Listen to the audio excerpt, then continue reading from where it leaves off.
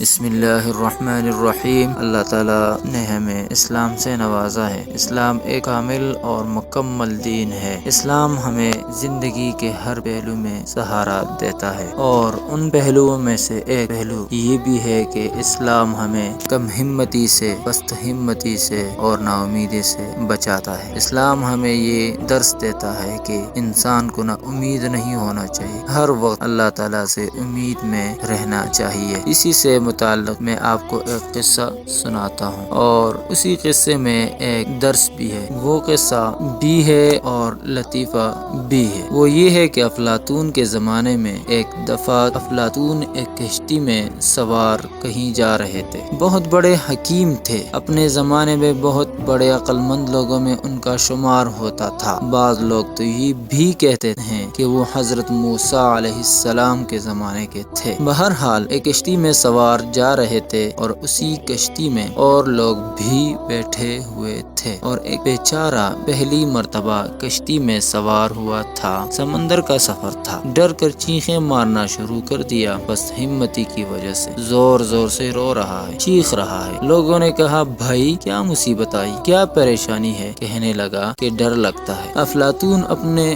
غور و فکر میں غرق تھا، اس لیے کہ وہ کوئی عام آدمی تو تھا نہیں۔ وہ ہر وقت غور میں، فکر میں، تلاش میں، جستجو میں، حقائق کے دھیان میں رہتا تھا، تو اپنے آپ میں مگن بیٹھا ہوا تھا۔ بہت دیر کے بعد اسے احساس ہوا کہ یہاں کچھ ہو رہا ہے۔ اس نے پوچھا، کیا تماشا ہے، کیا بات ہے؟ لوگوں نے کہا کہ دیکھیے، یہ صاحب بہت رو رہے ہیں، پریشان ہو رہے ہیں۔ کہا کہ کیوں؟ کہا گیا کہ پہلی دفعہ کشتی میں سوار ہو کر سمندر میں سفر کر رہے ہیں اور ڈر کے مارے چیخ رہے ہیں۔ افلاطون بہت بڑا عقل مند تھا، اس نے کہا کہ اس کا علاج میں کرتا ہوں۔ اس نے دونوں طرف سے اس آدمی کو ایک دم دبوچا اور اٹھا کر کشتی کے باہر سمندر میں زور سے ڈال کر ایک ڈبکی لگایا اور اٹھا کر بٹھا دیا۔ اٹھ کے جو بیٹھا تو وہ آدمی ایک دم خاموش ہو گیا، اب آواز بالکل نہیں۔ لوگوں نے کہا، عجیب علاج ہے۔ پوچھا کہ جناب یہ کیا علاج تھا؟ کہا کہ بات دراصل یہ ہے کہ یہ کشتی کے اس سفر کو بہت بڑا خطرہ سمجھ رہا تھا، اس وجہ سے یہ پریشان ہو رہا تھا۔ میں نے اس کو یہ بتایا کہ جہاں تو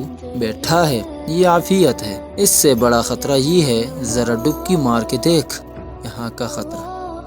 اب جو اس خطرہ میں جا کے آیا تو اسے معلوم ہوا کہ میں تو بڑی عافیت میں تھا، اب یہاں شکر کر رہا ہے۔ اسی طرح بھائی ہمت کر کے اگر ایک چھلانگ آپ لگا دیں تو پھر اس کے بعد ساری پست ہمتی ختم ہو جاتی ہے۔ اب دیکھو پہلے تو کیسا پست ہمت ہو رہا تھا یہ شخص، اب دیکھیے کہ پست ہمتی ختم ہو گئی، آرام سے بیٹھا ہوا ہے، خوشی خوشی بیٹھا ہوا ہے۔ اسی طرح یہ نسخے دین اسلام کے سلسلے میں اگر ہم کو ذرا کڑوے لگتے ہیں، ہمت نہیں ہوتی، تو یہ ہمت اس لیے نہیں ہوتی کہ ہم ہمت کرتے نہیں ہیں۔ ایک دفعہ کر کے دیکھو، دو دفعہ کر کے دیکھو، پھر اس کے بعد وہ ایسی عادت بڑھ جاتی ہے کہ آدمی اس کے بغیر سکون سے نہیں رہتا۔ اس لیے ہمت کرنا چاہیے، کم ہمتی سے بچنا چاہیے، جیسا کہ یہ بندہ پہلے کم ہمت ہو رہا تھا کہ ایسا نہ ہو کہ میں سمندر میں غرق ہو جاؤں۔ سمندر میں غرق ہونے سے